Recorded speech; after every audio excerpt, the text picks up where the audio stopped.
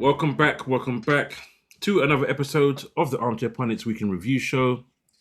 You've got myself, James, you've got Bevan, you've got Leon, and you've got Lamont. So, it has been an interesting weekend for some, and a happier weekend for others in North London, and not so happy for others in North London. As you can see by the smiles, and the one not smiling. But we'll talk about that, I'm sure, in a minute. So, I'd like to thank you for watching, like, subscribe, share, comment, and enjoy what you're about to watch. So, as we always do, we will start off with a guest player. So, this week, I made it a bit. Last week was a bit easier. I got told a couple of times that was way too easy. No. Well, no one cares about me. That's why. Everyone matters. I said everyone matters. So cool. Hopefully you guys can get through this one. So I'll go through the clubs, but some of them are self-explanatory. So you've got Ajax, you've got Liverpool, you've got Hoffenheim, then you've got Ajax again, then Kasim Pasa, then Alain, then Deportivo La Coruña, then Besiktas, then to Fulham, then to Galatasaray. Then he went to Ajax on loan before leaving Galatasaray to go to Ayotspor, and then he retired. So, who is the player? Man, got it. I think I got it, man. Should have gone to Arsenal. Yeah, I think I got it as well. Oh, good. Then after three, we'll go together. 1, 2, 3. Ryan Babel. Babel. Good job. Well, it's easier than I thought it was going to be, but hey, we can move on because the North London derby is more interesting. Anyway. I can't believe it, but I actually got it. I'm actually proud of myself. I kind of mumbled the name here, hoping everyone said the same thing, boy. I was going to listen to you anyway. I know you was already listening to me. I was like, you know what? I'm proud that you didn't mute yourself in there. Because usually you're going to put yourself on mute, innit? Bro, I couldn't find the mute button. You see, I was messing around with the camera before we started recording. Okay, so we'll move on to predictions. So this is last week's, and I'll move on to this week's one. And we have a change at the top again. Quite unfortunate. Daryl didn't put any results in this week, so he didn't give himself a chance. Leon got lucky, but he missed out on one result because it was in a day late, so he missed out the Arsenal Wolves game. Hey, James, can I say something? You see, if Bevan finishes above you, yeah, that is the biggest upset ever. He was like 20 points behind. Listen, don't do me like that. You say above me, bro. He's 1 point. Leon's only 1 point ahead of me. Fair. No one's safe. Nobody's safe. If James is in danger, everyone's in danger. Exactly. Fair. Yeah. I could be top next week. So, although it's been a while. Yeah. But yeah, listen, I took a gamble in it. I went for Man United to draw, and it didn't go so well. Otherwise, I'll be level with Leon if I had just gone with what was going to happen. Anyway. Oh my days! When we were doing our live, yeah, Bevan, it was so funny, right? Because Bevan was celebrating, half celebrating and half vexed that Arsenal scored the fourth goal. He was like, yes. Hold on, I predicted 3-1. Oh, why did we have to score another goal? And he's like, yeah. Oh, it was too funny. Honestly. I was like, Bevan, are you happy or not? Because I don't know, bro, but I'm at the bottom of the table at the minute. It's the 94th minute, bro. You're live, bro. You got to let the people know where to catch your live. Yeah, on TikTok. So sometimes I do it with Bev, sometimes I do it alone. It's mainly United games, but I thought where it was a derby game, went on TikTok live watching Spurs versus Arsenal. So you can catch us there on Football Mad Monts TikTok. Okay. Hopefully I'm gonna branch out onto YouTube at some point. So we'll see how that one works out when I try it. All right. Okay, cool. So we'll move to the first game. And nowhere else other to start than in North London. And apparently North London is red. Still. people say still. So Arsenal didn't just win the derby. They reset the mood in the title race after a midweek wobble and a wobble before that. And you had Eze finally getting a shot on target. Would you believe that was his first shot on target since he scored a hat-trick in the other encounter? In between, you got to admit, that's kind of shocking. That's terrible. 5 goals in 2 games against them, bruv. That's horrible. Yeah. So I bet he wishes he could play Arsenal. Play Tottenham every week.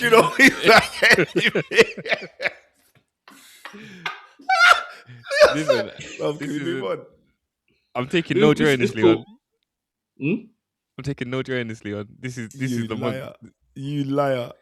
Bro, listen, before we give you the joy, should there have been 2-2? And for it not to have allowed the game to stretch to 4-1. Should have been 2-2. Should Colin Mwani's goal have been ruled out, considering when Liverpool came to the lane, they didn't have the same goal, but there was a push in the back and the goal stood. So, in our opinions, were they unjustly treated? I know people will say, was it a push in the back, or did he just put his did he put his hand on his back? Was it a push, or did he just put his arm on his back? I think he put his hand on his back. I personally think they're both goals. The Ekitike goal against Romero was a goal, and I think Colin Mwani's goal should have been a goal as well. Because even if he pushed him in the back, the contact that was made should not have made Gabriel's feet fly upwards. Right? Why are your feet flying upwards because someone's touched your back? Like, seriously. That looked like a scene out of the Titanic. You know at the end when they're like, like, honestly, I don't know why Gabriel was in the air, bruv. 6 foot in the air. I don't know what he was doing up there. There was a distinctive difference for me. Is that he looked round and he weren't sure if the ref was going to give it or not. Yeah. That's what told me that he tried to sell it. Yeah. Because he got form for it. He did it against Newcastle. He was a super protester. Yes. But when he did it, he looked back like he was concerned the ref might not give him this one when it went in. But honestly, obviously, I moaned about the Ekitike goal because I was in my feelings, innit? End of the day, it's a push in the back. But if referees aren't giving pushes in the back for other goals, not just the one, not just for the one against us, I think Fulham had one as well. There's been a couple of instances in the league this year. Why doesn't that one stand if all these other ones stand? And the contact is less in Colin Mwani's one than some of the other ones. So I didn't understand. But because the ref blows a whistle, VAR can't overturn it. If he lets it go, they can. Well, no, not if they're not going to mistake. Yeah, they're not going to. No, but they looked at it. They looked at it, but they said that. No, but my point is his arm was out. Yeah. So then the referee's blown to say it's a foul. They've not gone on. May have reviewed it, but if he doesn't give the foul, and then they can review it, then that's different. And I don't think they would have overturned it if he didn't give it. And that's basically what's happened. They've just gone with the referee's decision because he's blown a whistle. Right? Was he right to? Because we always say nowadays, like, referees make your own decision.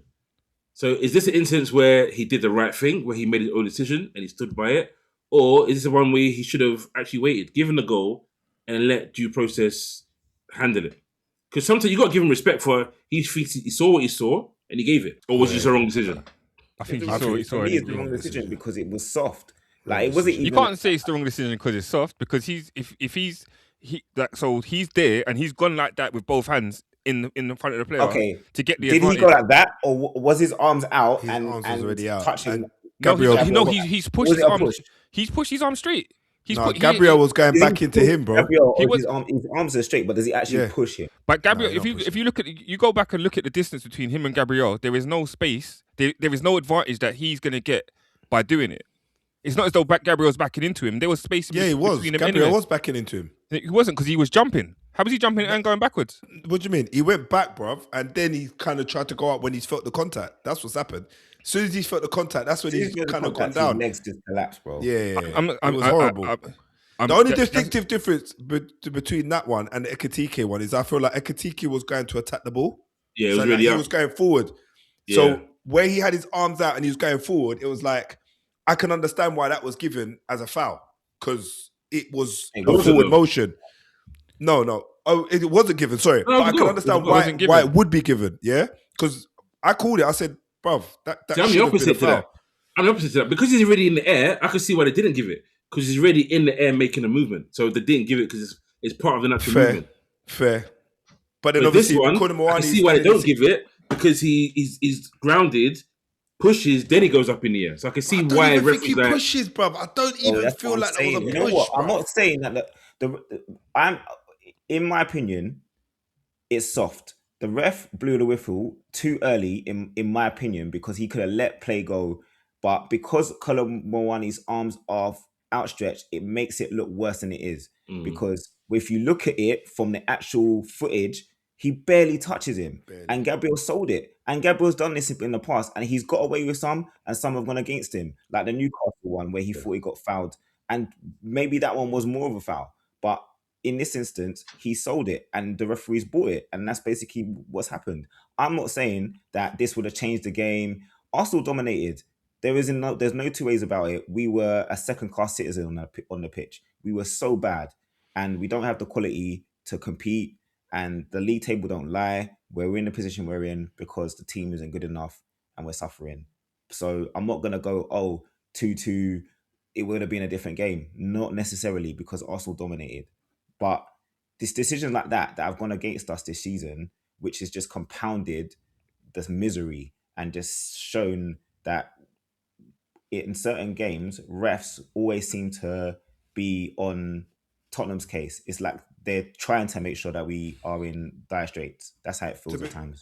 There was an incident I saw when I was sitting down watching with Bev, and I kind of said to him, when Gokeres elbowed Gray in the face, ain't that straight red? Like, he basically just clocked him right in his face. What do you mean? Brother, that's right in his face, bro.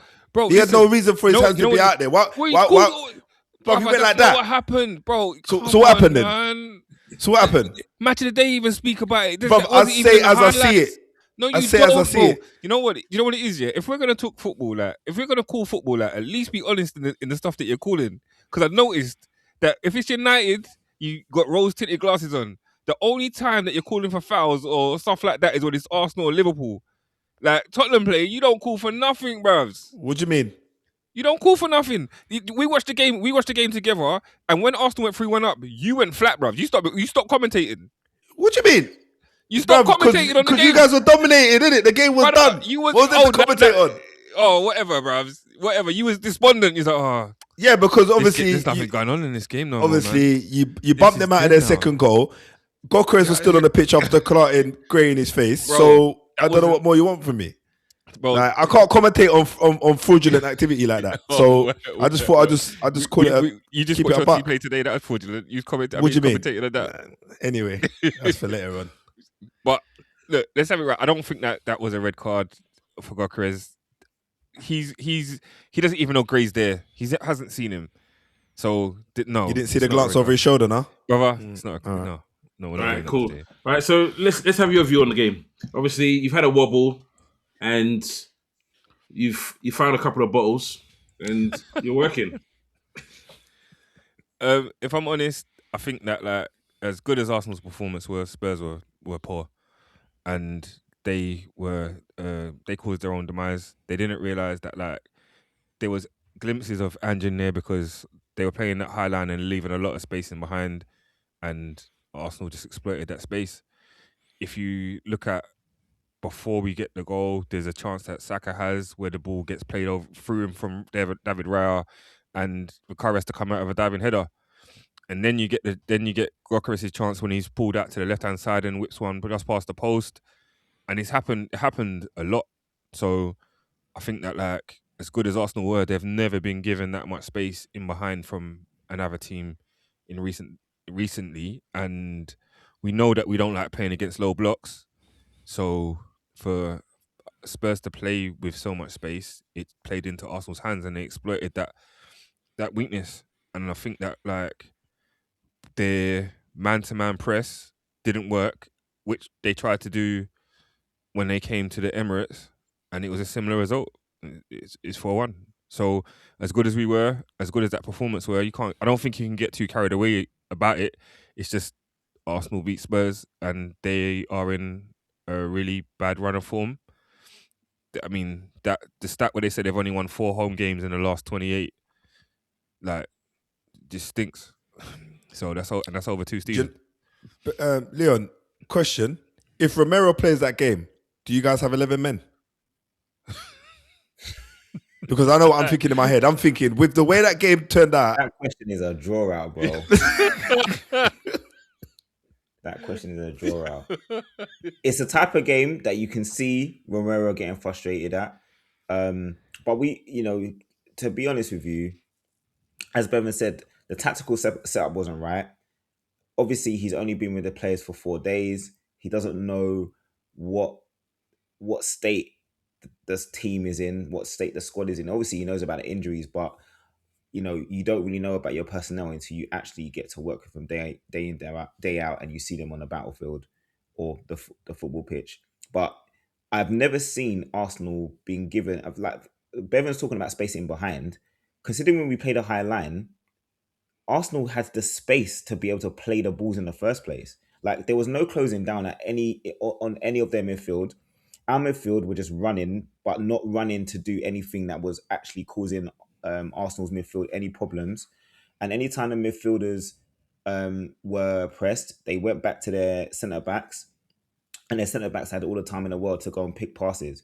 So to me, I don't really know I don't really know why they went with that setup. I don't know why we went 3 at the back again, because we struggle to play 3 at the back, especially with teams who have fluid attacks. Like when you've got 3 centre backs and you're playing against technically 1 striker, your your left centre back and your right centre back are often either caught in the middle of whether they should go out to the wings. The winger, yeah. And then our fullback or our wing backs are then also overloaded because Arsenal were playing with 2 wide players. So they've got a fullback who's on the overlap, and then the left or right centre back has to pull out.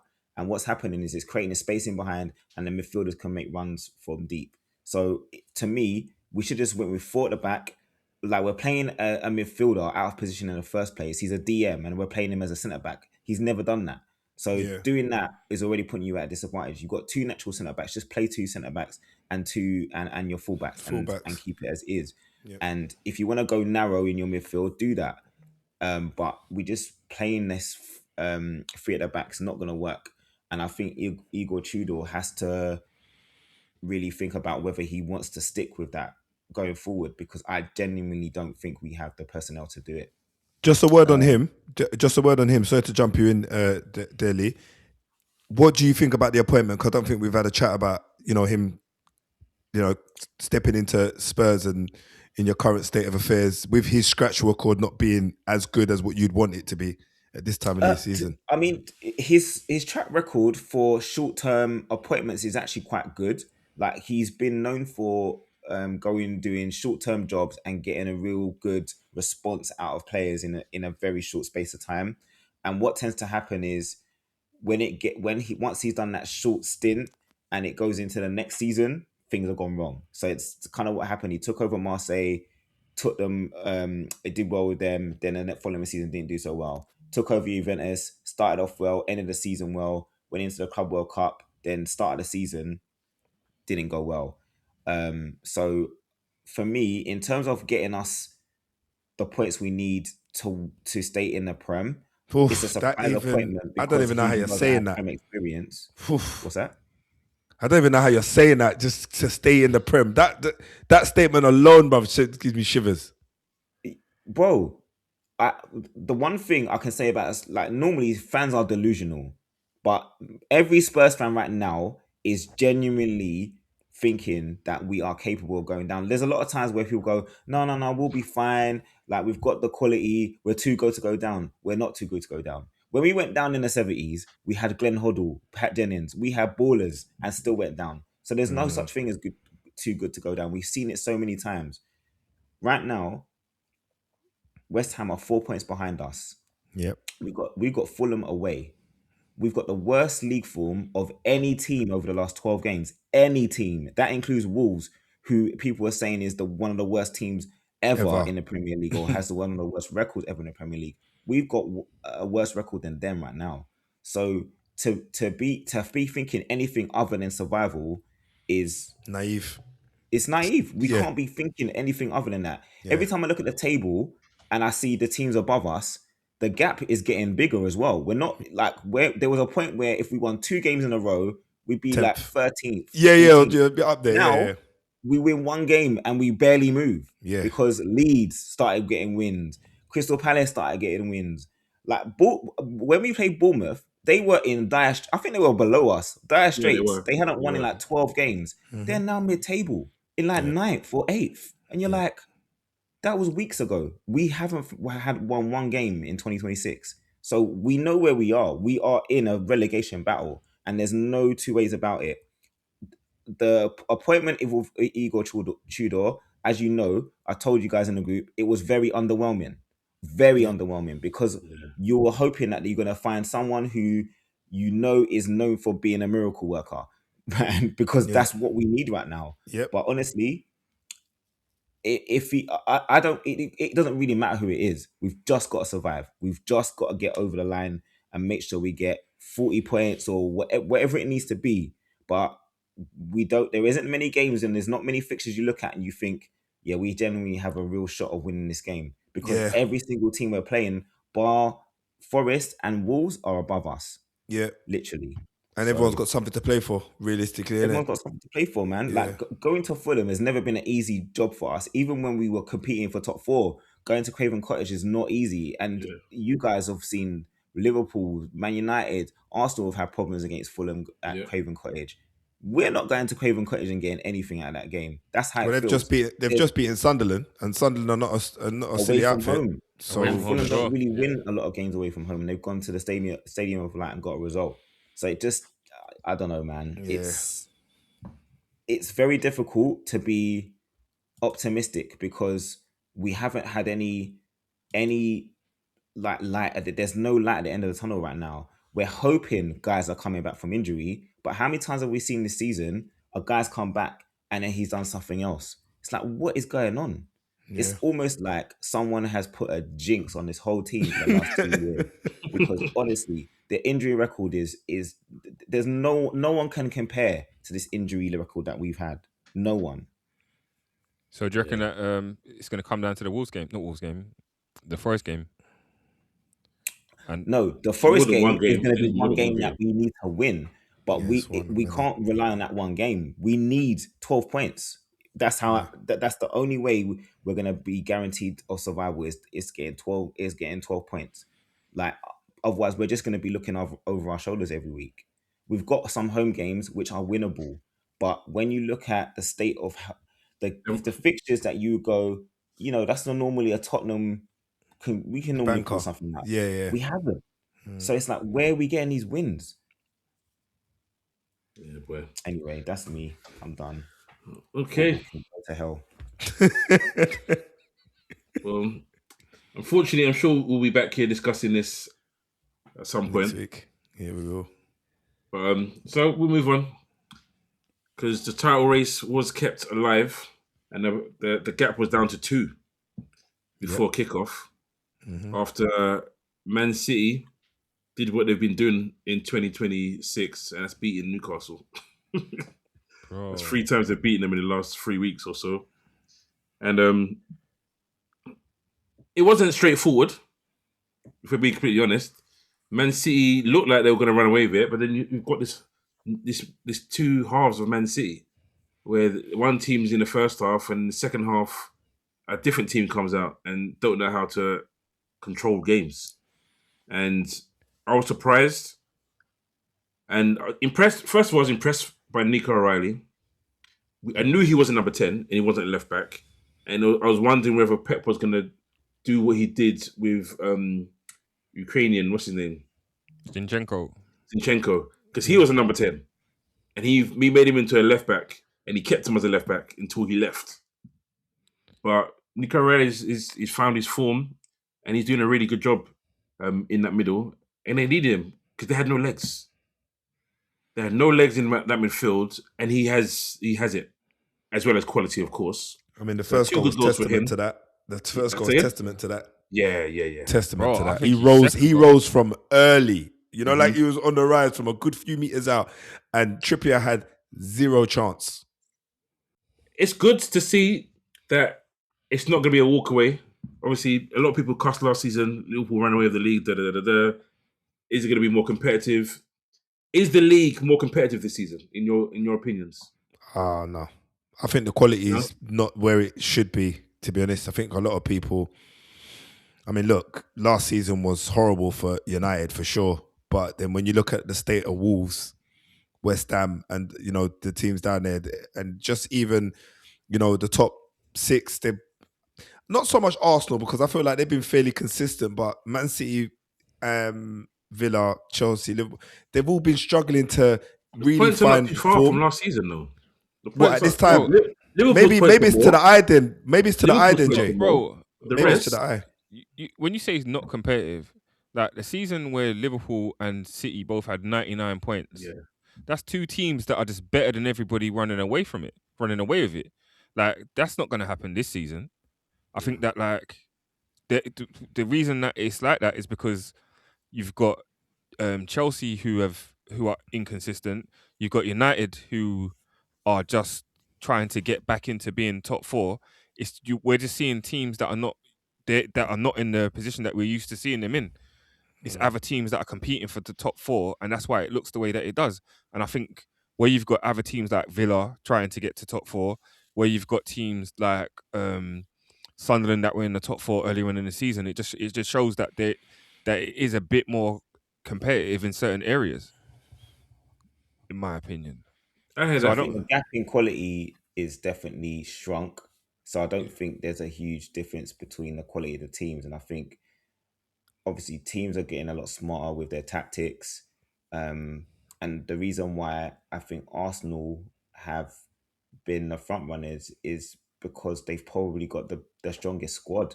Like you've been able to manage injuries in a way that you've never been able to manage injuries before. Like literally, it's next man up. You don't look at your bench and go, "There's a weak link." Like there's times where and everyone can can say this, that there was always that player that, like, if they're coming on, you're worried. Like sometimes James is like, "Oh man, a certain player is coming on," and you'll be like, "Oh, why?" But with Arsenal, on your bench, you've got Martinelli, who literally 2 seasons ago was a definite starter. You've got options everywhere. Like you take off Eze, you're not even worried that Madueke is coming on. You're not worried if Gokares doesn't find a net, that you can bring on Gabriel Jesus.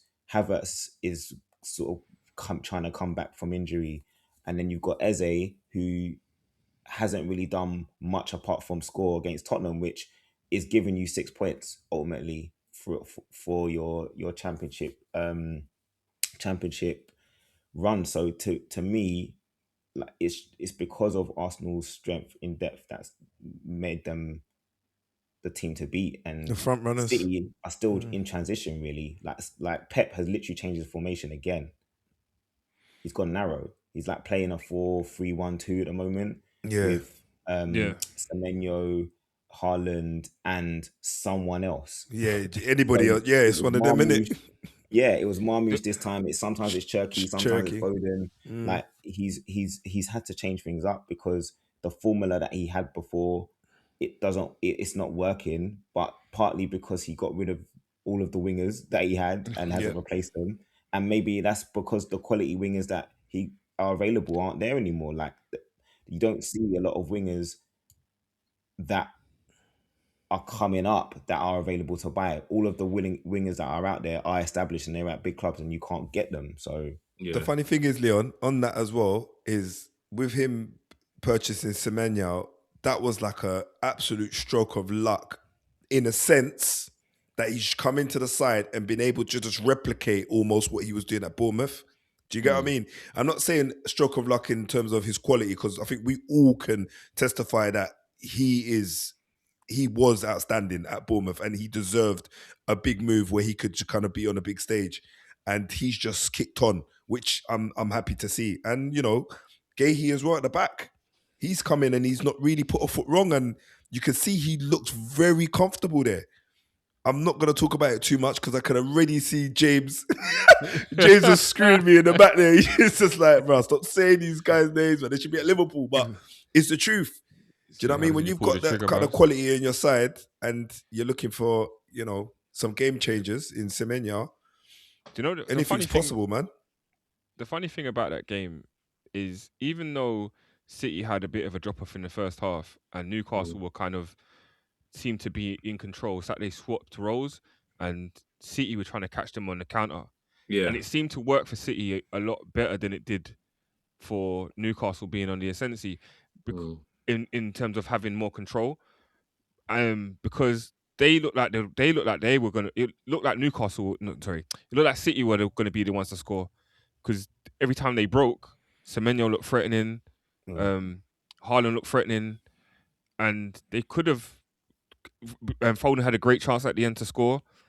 I mean, Newcastle could have brought it to 2-2 if Elanga makes the right decision and plays in Anthony Gordon, and he doesn't. He holds, and then by the time he played the ball, it's gone.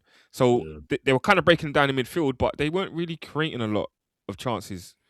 It was just like a lot of being busy, but busy doing nothing. That's what I was going to say. When Newcastle lucky, because you've had this little incident. We've had it in a game already, and we didn't mention it. Actually, we'll probably mention it later. But Dan Burn gets pushed offside, scores a goal, and the goal gets ruled out for offside. Oh, yeah. Do you know it's what? A goal, isn't it? It's a goal. I think it's a silly rule, though. That should be a goal. That was a push. That's a push. Yeah. Bev, that's what a push looks like. Do you know what it is? When you watch it, yeah, he gets pushed, and then he doesn't actually try to get back. The ball hasn't been crossed in. The ball hasn't been crossed in yet. He does. Yeah. He just stays where he stays where he is. He doesn't try to come back onside. So like, if the ball was in the air and being played, or like if he's pushed him just before the ball's been crossed, I could see it. But it was. No, it wasn't. It wasn't. So the reason why VAR didn't get involved is because he pushed him before he kicked the ball. So it's almost like at corners now. Every time I have a corner, it's like, ref, just let it play on. They push him before the ball comes in and say, well, the ball is out of play, so it's no yellow card, whatever. Same incidents. They couldn't do anything. I could have sworn the ball swung in. That guy does some absolute housery, man. Yeah. Yes. The thing about it is, I feel like City should have been 10 men, though, because Silva jumped into Burns' chest, with no sight of the ball, and then turned around to the ref like, what did I do? I was going for the ball. He was not, bruv. Like he's their what's his name, Fernandinho. Get away with stuff all the time, breaking up play. Now he does. In things, he does nasty stuff. Yeah, he'll kick your knee. He'll slide and kick your knee and not get a red card for it. And at the same time, he'll be cussing the ref as well. Yeah, so he's done something wrong, and he's cussing the ref in his face. And he's like, "Why are you not carding this little?" Yeah, it's true. So, no, you're right. They were lucky. There was another one as well. I think they could have got 2 red cards. I'm trying to remember. Maybe I remember the other incident. But I think if Dan Burns not 6'7" and he jumps into anybody else, then they don't. Then they might give. They're going hospital, bro. Yeah, because the way he jumped into him was a mad thing. But then when you look at, I think the commentary is like, "Oh, Dan Burns made a meal of it," or it's not that bad. He's flopped a little bit. David versus Goliath, innit? That's what it is. I think if his 2 players the same size and he does that to another player, then maybe he gets the second yellow. But you never know, bruvs, because he got the first yellow like 2 minutes before he got that one. So that's my point. It's City, bruvs. They might say we want to keep 10 men. We don't want 11 men to stay on the pitch. Yeah. We don't want to ruin the game. Sometimes, man, they want some excitement in the league, innit? Yeah. All right, we'll move on. So we'll see next week. I think Man City play before Arsenal next weekend.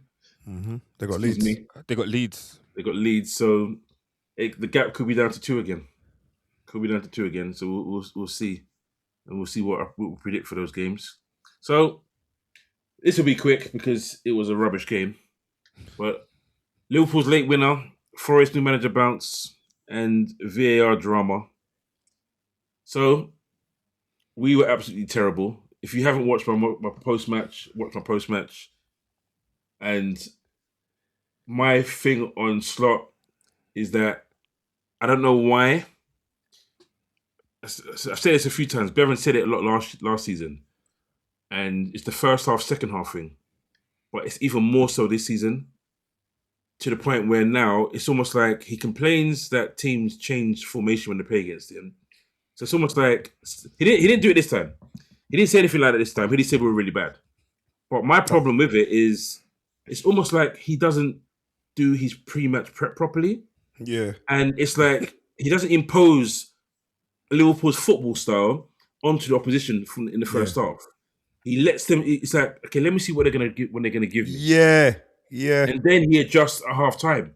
So we have so many poor first halves because we don't do anything in the first half. We're trying to work out what the opposition is doing, and there's times when we've lost the game because we've been trying to work it out, and we haven't been good enough in the second half to get back at it. But this time we were super lucky. We had no shot on target. We had 2 shots. We conceded 12 shots, which is the highest since Brendan Rodgers not his last game, but it should have been his last game, when we were 5-0 down against Stoke in May, last game of the season. That's the highest shots we've had against us in the first half, not on target, but shots in general. It was horrible. It's one of the worst first halves I've seen from a Liverpool team in years. And it's a catalogue now. It's not. I'm saying it's not the first time I said it this season. Ekitike needs. I said it to you the other week. He needs heading training. Like he needs to go. He needs to go on the training part. I can't even. And someone needs to dink the ball in the air, and he just needs to bucket. Just practice doing that, and then put some direction on it, and then we went from there. Bruh. 3 goals it cost us, and 2 of those games, Man City one cost us. The other game didn't cost us, for I remember, because we won it 1-0 against Sunderland. But this could have been costly because we were lucky, some will say, that Olaina is a size whatever and not a size or 2 smaller. James, take your Liverpool glasses off, man. Seriously. They are there for a reason. Oh my gosh. So let's get VR got it wrong? Yes, bro. How? That was... You and I both know that was offside. You know the funny thing is, yeah? I don't know. Both Ekitike and Van Dijk were standing in an offside position. However, Van Dijk was probably less so. He was probably less so in the offside position. As in, not as deep. He doesn't get involved. Why? Because he doesn't make contact with the ball. Or because the ball doesn't reach him. No, I'm saying because the ball. Yeah, he doesn't go to the ball. So what? They're not standing next to each other? He's not involved in the situation. No, I'm asking you. He runs the opposite way, though, innit? Yeah, he runs away. He runs away from the play. He goes the opposite way. He runs away from the play. So you're complaining about someone running away from play. Should be called offside. Bro, end of the day, they put the lines there. Everyone thought it was offside. No one saw Olaina behind him. No one saw it. Every Liverpool fan was watching like, we've all celebrated and we've looked like, man, he's offside. We all said he's offside, We just celebrate he's offside. And then we realized, Olaina is actually behind him. And his foot, luckily for us, his foot. Size 12. His foot is, yeah. So, listen, did we deserve the win? No. We didn't deserve the win. I don't think either side did, to be fair. But at the same time, bro, I don't know. Remember, I did a catalogue of games where we've conceded goals in the 93rd, 94th, 95th, 96th, 97th in the last 3 months where we probably deserved wins and draws and we got nothing. So I'm taking that. I'm taking it. What you gonna say, Leon? Sorry? Bro, I'll take any one of those wins right now, bro. Bro. Yeah, bro. Nothing to moan about, man. Yeah. Do you know what? I do feel it for Wolves. I mean, the Wolves for Forest because they had some good chances to score, man. They did. First off, yes. First off, we should have been outside. Second half, didn't have a shot on goal. Didn't I thought Sangare hit a shot? Yes, he. No, went wide. He went wide, bro. Sorry, you said a shot. He should have done better though. He has a shot on goal. Shot on target. No shot on target. But he should have done better with that chance that he had. Yeah, he should have. Yeah, but it's one of those. That's what happens, isn't it? When your luck's not in, it's not in, man. And I think that's what's happened to Forest in that game. But if you're a Forest fan, I think you can take some pluses out of that game and the game before. They won 3-0 against Fenerbahce. There's heart there, man. There's something to work with. That's how it feels with Forest. They've got a decent squad. I think they've missed Chris Wood. Wow, they've missed Chris Wood. Yeah. Literally. They missed Langer as well. Pardon? They missed Langer as well, to be honest with you. Yeah, the pace on the right hand side. They definitely missed both of them. But I think obviously Chris Wood, in terms of his goal contribution, he had 20 goals, which is his highest tally ever in the Prem. And he's been injured pretty much all season. He's only played 8 games and I think he scored a couple of goals. So that's a big loss. And you think how many games they won because of his goals last season? It says it all. Yeah. So, listen, there's not much more we can say. We were horrible. Listen, I'm seeing Alisson taking the ball and kicking it straight out of play. I'm seeing Van Dijk trying his normal switch to Salah, and he's kicking it straight out of play. Like, just on the Salah talk, when he got subbed off, I just noticed a real wry like a smirk on his face. Bro. Really? Yeah, bro, listen, what player of his stature is happy to get subbed? They're not. No, I'm not saying they are. James, and that's not me digging, to be quite honest. It was a simple question because usually he comes off, he has a different kind of, he's not that type of person, he just comes off. Like he's not kind of got any kind of personality like that. He doesn't come across he never looks happy. To be honest with you, he doesn't throw his toys at the pram, but he always has a sense of frustration, like, you're taking me off. I can still score in the last minute. So you feel like there was more frustration than anything? Yeah, that's why he was laughing. And his performance as well. Listen, he was in Williams' pocket. He couldn't. There's one point he got past Williams. Williams came back and caught him up. Yeah. So I think it's also a case of he knows in himself he's not there right now, and he probably won't be for the rest of the season. And it was a good sub because both of them, the stats out there. Rio comes on and plays 20 minutes and has more successful dribbles than both of them combined. And he played 20 minutes, and he could have had an assist if Ekitike knew how to header. So it's Salah's biggest goal drought, isn't it? 9 games. Yeah, 8 games. 8 games, I think. Is it Salah? Yeah.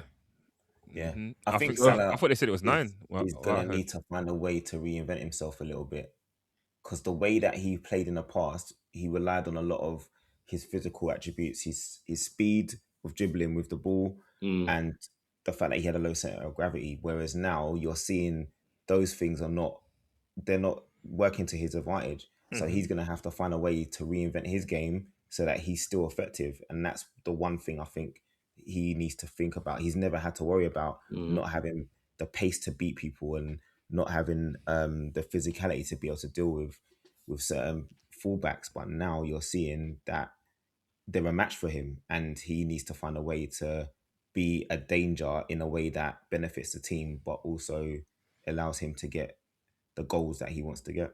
I think it's the fear factor as well. Like sometimes, even if someone's not at the top of their game, the fact that you're scared of them, sometimes you give them an extra inch anyway because you make a mistake. You make a because mistake. It's Salah. Now people are like, he's not the same guy. So I'm not. Let me just take him. let me just try it. Yeah. And that's why I'm saying he needs to reinvent himself in that respect. You've seen it with a lot of the guys, the Messis, the Ronaldos. They change when they get to a certain age, they find another way to be a problem, and that's what he needs to do. Rio needs more minutes. That's one thing I'll say. There's games where he doesn't come on the pitch, and we've not got a goal. We've not got what we needed. He needs more minutes. Should he be starting? I'm not 100% sure yet. He's still 17. But I know there's some Liverpool fans I speak to say that he's better than Gakpo as it is. Yeah, I was going to say that. I feel like Gakpo should be coming on for him rather than the opposite way around. But again, he's young, so I understand why they're doing it that way. Maybe just trying to blood him in kind of thing, but yeah. So, cool. We move on to our top 4 rival, Chelsea, and Chelsea's discipline problem. And that being a defining theme. And I'm hoping that it continues, because as long as it continues, they'll drop points and we can keep taking points off them. Because, I mean, they finished with 10 men, and they definitely, in my opinion, should have finished with 9 men. Yeah. Bro. And they were cruising until Fofana gets sent off for a stupid second yellow card. I mean, why are you stretching there to plant your foot on someone? Like, just let it go. Let it go. No, man. I feel like they kind of fell off. before then they were just. But it was still 1-0 though. Yeah. That with 11 against 11, you've got that chance to continue or refine your form. Yeah, what's name had a great chance to make it too, and he Palmer fluffed his lines, man. Yeah, Palmer. Yeah. Through on goal. Awful. He had a couple, to be honest. He had a couple. Awful.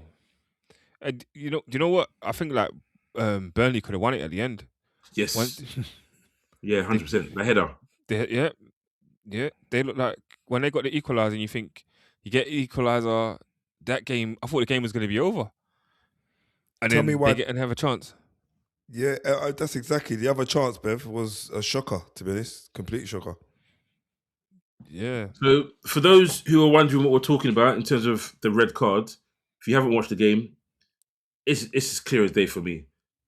Like, I think is it Fleming that's running through on goal, and Tosin just literally runs into the back of him, pushes him over, trips him up, and he's last man because no one's coming across, and he gets away with it. Not a chance. Like, I don't know what is going on with the referees. We saw the nonsense last week when there was no VAR in the FA Cup. He had guys giving free kicks for handballs when they were like 5 yards in the penalty box. Now you got VAR, and you got guys that can't see people, and VAR can't see someone pushing someone over. I mean, I know you're vexed because I know he's thinking, well, what happened with we played Bournemouth last season and Saliba? Right, listen, Saliba got done for that. Ain't gonna change the result what happened last season, but that I don't know. That no call is ridiculous. That I saw that. I'm thinking he's got to go, man. He must have. They must have felt sorry for them. They looked at the disciplinary records like we got to do them a favor because it's a bit shocking. But yeah, that's terrible. It's terrible. Just consistency. The consistency in it's not even some things. It's just like across the board. The consistency on their decisions on all different types of incidents is just shocking. And lo and behold, Arsenal they've got 6 red cards, 8 across all competitions, and they've dropped 17 points from winning positions at home alone. Chelsea. So, like I said, long may it continue. The funny thing is, in front of goal, they have looked a little bit devoid of, as I said, devoid of ideas. Probably a bit of a stretch. They just don't look like they have the killer instinct. I think that's more what I'm looking for. Yeah. Against Leeds and now, against Burnley, they should be turning them over, to be honest, and they just don't have what it takes to kill them off. And the lap, last minute of the game, the ball gets set to him, and he thinks he wants to smash it in the back of the net instead of just placing it into the corner, because you should be able to do that as a professional from there, just to caress that into the corner. The keeper ain't getting that. He might, and he might go out for a corner, but the decision he's made there, again, it kind of links onto what we've been saying all season. It's just, they don't have kind of someone older in there just to kind of settle them and say, guys, let's just keep things calm here, controlled, and kind of, just dominate and just kill the games off. They got Arsenal next, and I don't know if they're going to get a result there. If I'm honest, I don't think that's going to be a draw. I think Arsenal will beat them. They haven't beaten Arsenal in a while, so we'll see what happens there. All right, quick, we'll move on. We've got a couple of games. We'll do your game first, actually, before we go into the Bournemouth game. Oh. So you guys have won 1-0 this evening in a game where you could fall asleep very easily after the first half. Very for easy. some people. Very easy. And if you're not, you're doing other things while you're watching it, if you're me, because it just wasn't interesting whatsoever. But hey ho, the win is what they needed. The win is what they got. And my man's a little bit of a genius, he's looking like, with Sesko, or a Sesko whisperer. Super sub. Yeah. Sesko whisperer, I like that. He's just getting Sesko on form, bringing him on. Go on. Someone else, go and get me a goal, son. Go and get me a goal. All right, Defra. 4 or 5. I mean, to be fair, it's weird because even in the media, like the United players, they've just been speaking about Sesko a lot over the last couple of weeks and just been saying that he's gonna be doing big things, and they really fancy him to kick on and have a really good career at United. And honestly, when I saw him open his stride up today to get his goal, bruh. Tarkowski was never catching him. Never. But forget Tarkowski, just for him to cover that ground from where Mbeumo was to where he was just within seconds, he was level with Mbeumo and able to stride the ball past Pickford. I mean, that was obviously the highlight of the game because it was the winner. But outside of that, nothing really happened. Bruh, I was baking muffins while the game was going on. That is how interesting the game was, bro. I made 14, 8-2. So, but outside of that, Keane had a sighter from range. Yeah. I mean, the best performer for us today, in my view, was Lemens, and quite rightly so, because he never put a foot wrong. Other than like the first second of the game where the ball got played back to him from kickoff, he delayed to kick the ball up like they've been doing from the beginning of the season, and just to put it in the opposition's box. He's taken too long. Barry's closed him down. The ball's coming for Barry's back. It could have easily gone into our goal, but it didn't. It went off for a goal kick. But from that point, he was spot on and never put a foot wrong for me today. United looked like they were lacking match fitness for the first half hour. They looked like they weren't sharp. They looked like they had 13 days off, which we did since our last game. Do you get what I'm saying? Yeah. Men are playing one game a week, bros. That's what I'm saying. But you're not sharp, Bev. But you're not sharp. Come on, man. You're not sharp. When you're playing 4 days in between games, you're gonna have the sharpness. But when you've got now almost 2 weeks and you ain't played, bruv, that's a lot of days, bruv, just to be sitting on your laurels, not to be doing nothing. So it showed in the first half. 2 shots on target, but I don't even remember what they were because that's how badly they were. All right, yeah, I remember what one of them was. It was when Ahmad was in the middle of the box and Pickford made a save.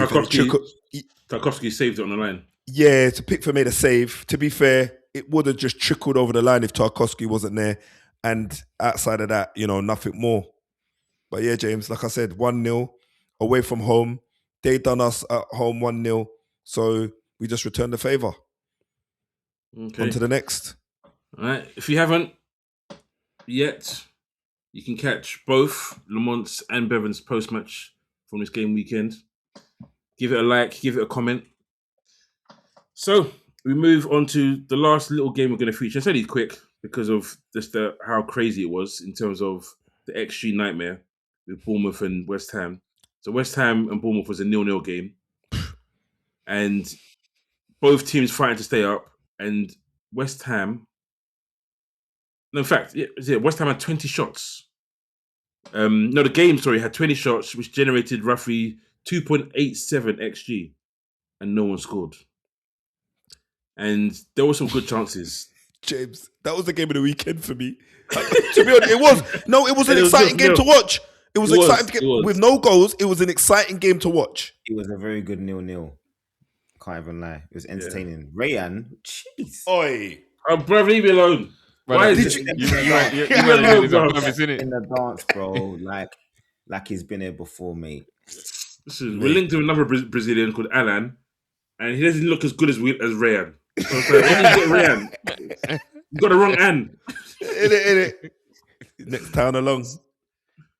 But no, listen, he looks the part, I'll be honest. I think he should have scored. I know Lamont was like, right, we hit the post. He skinned the post. It's the outside of the post as well. But finish it. I know, he was running from the halfway line. He ran over the halfway line past 2 or 3 players, cutting the inside, and he slapped it. I want to see him. He needs to overtake Dorgu's Puskas, innit? So you're not going to do that, bro. You're not going to do that. So Ryan could have done it. But yeah, it's just crazy that such an exciting game, and I was actually supposed to be there, and I forgot to ask for the tickets, so I was a bit annoyed.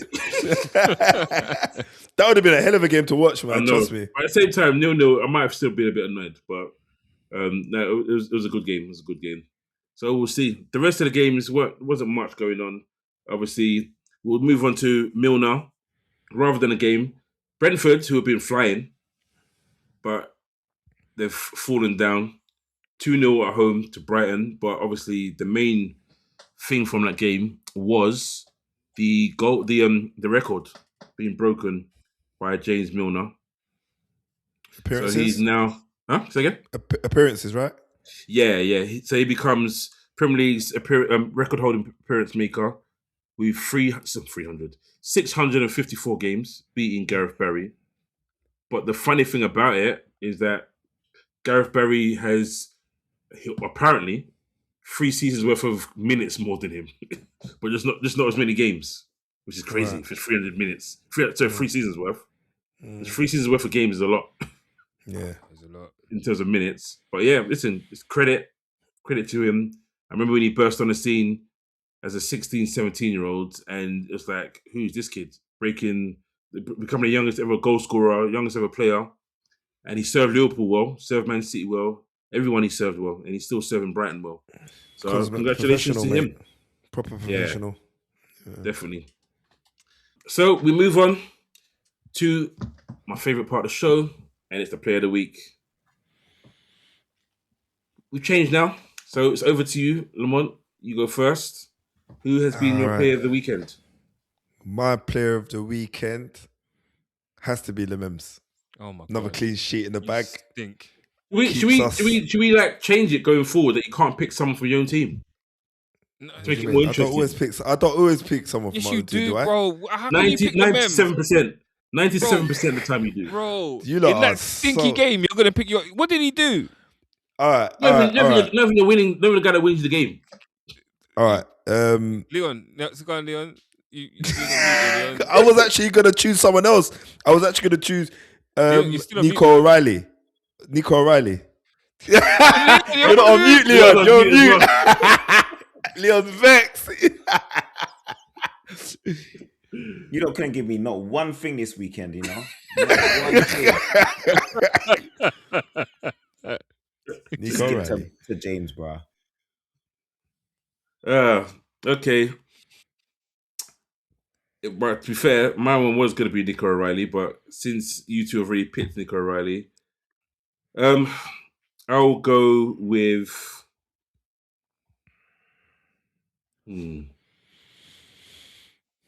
James Milner. I knew he was going to do that. Record breaker, James Milner. You can get it for me. And I'm gonna cut. I know that you're gonna cuss me out for this, but you know they say he plays in Timberland boots and jeans. Glockerers. I knew it, you know. I knew it as well. After cussing me out for picking United, you know, you piece darkness of is your ally. You related, did it? I was born in the dark, molded by it. That's what I like. It was blinding. I knew. I just wasn't sure if it was being one hand over the mouth or 2 hands over the mouth. Yeah. Okay. So brace, man. You're not gonna go for let it all work out. He only seems to hit the target against Tottenham, no? I'll give it to him. Is he? Okay, cool. I think I gave the last one to him. Right, we move on to moment of the weekend. Ooh. My moment of the weekend is the Slovenian substitute coming on and getting the winner. That's it. You're despicable. What do you mean? We needed that 3 points, bro. That's the only way we were getting a goal. Anyway, over to Leon. Disgrace. Disgracia.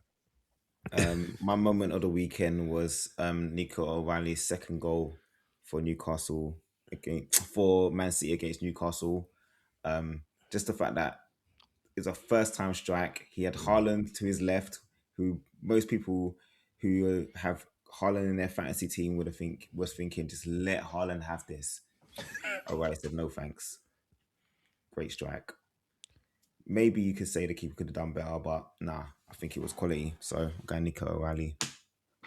I've got a feeling James is going to steal my one. Let's see if James is going to steal my moment of the week. No, mine's listen, dire straits. Mine's Liverpool. Why is it Liverpool?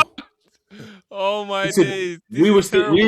I don't know. Your offside goal. Horrible. Yeah, we were stinking out the place, and we were sitting there, and we were like, Aston Villa have drawn. As a Liverpool fan, I'm like, Aston Villa have drawn. Yeah. Chelsea have drawn. Just one goal. Come on. Just give me one goal.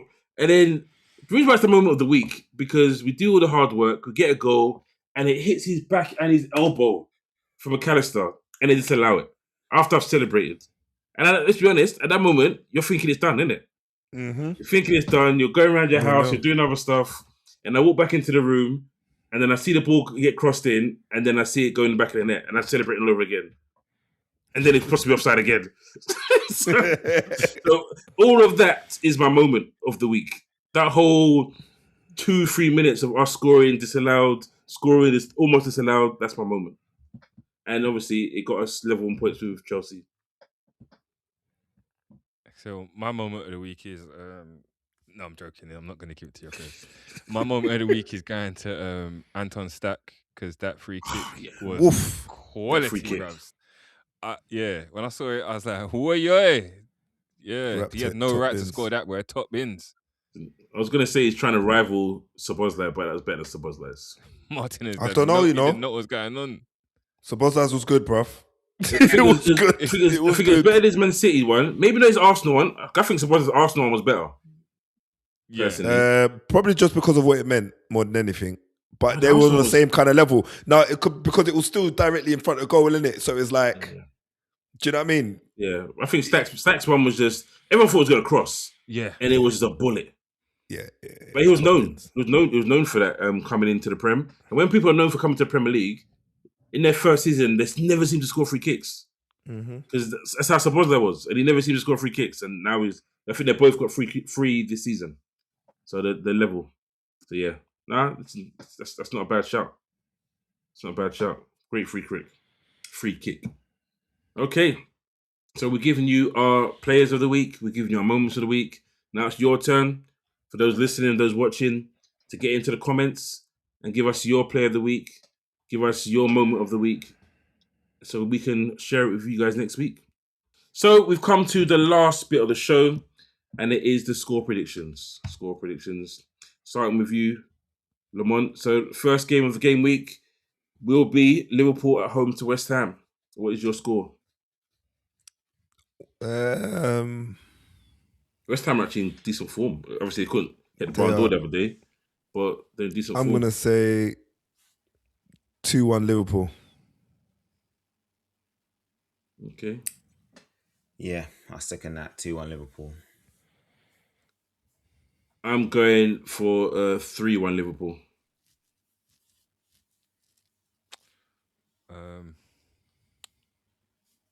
In fact, sorry, I'm going 2-0 Liverpool. That's your last one, James. You ain't got no more of those. I had just said 2-0 Liverpool. He's going to edit it out anyway. But you better say 2-0 as well then, bro. 2-0 Liverpool. You're trying to jinx me out here. Bro, I said 2-0 Liverpool as you said it. As you said 2-0. No, I'm thinking we've been keeping clean sheets. Why am I thinking West Ham are going to score against us? I'm doing my defense a disservice. Okay, so the next game, Fulham Spurs.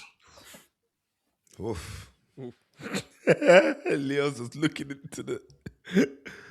Hey, that scoreline could be anything, you know. I'm going to be honest.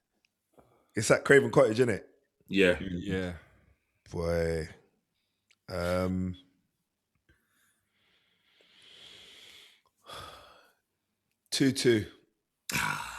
Wow. I was thinking that. I can't see it, mate. 2-1 Fulham. 2-1 Fulham. Okay, because I'm trying to catch Lamont. I'm going to go for 2-1 Fulham as well. And 3-1 Fulham. Raw. Okay, the next fixture. Man United Palace at Old Trafford. 3-1 United. In fact, 2-0 United. That's the last one. What do you mean? You've had 3 this season. No. I just changed my mind. Oh yeah, sure. 3-1 United. I'm gonna go 2-0 United. Funny enough, you say that, James. I was going to say exactly the same thing. I'm not changing it. Go 3-1, innit? Not Go say 2-0 3-1. United. No, don't do 3-1. That's actually right, G. Because you can't catch me if you keep my score, so that's cool. I can't. No. I'm safe. All right. So last game,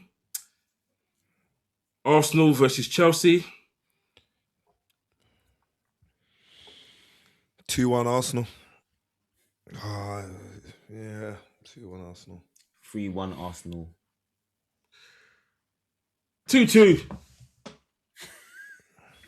That's a Desmond. spiteful scoreline, by Go the for way. the Desmond. 2-0 Arsenal. Okay.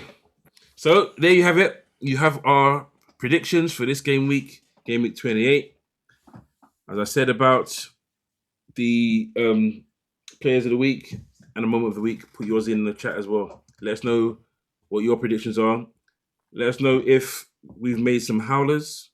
None of them seem to be too out there, to be honest. But yeah, it's been a good show. It's another late one. Thanks to Man United playing on a Monday night. Thank you very much, Man United. It was a ball game. But thanks for watching. Don't forget to like. Don't forget to subscribe. Don't forget to share. And hit the notification button. This has been Armchair Pundits Weekend Review Show. Peace out. See you later, gentlemen. Sorry, James. My bad.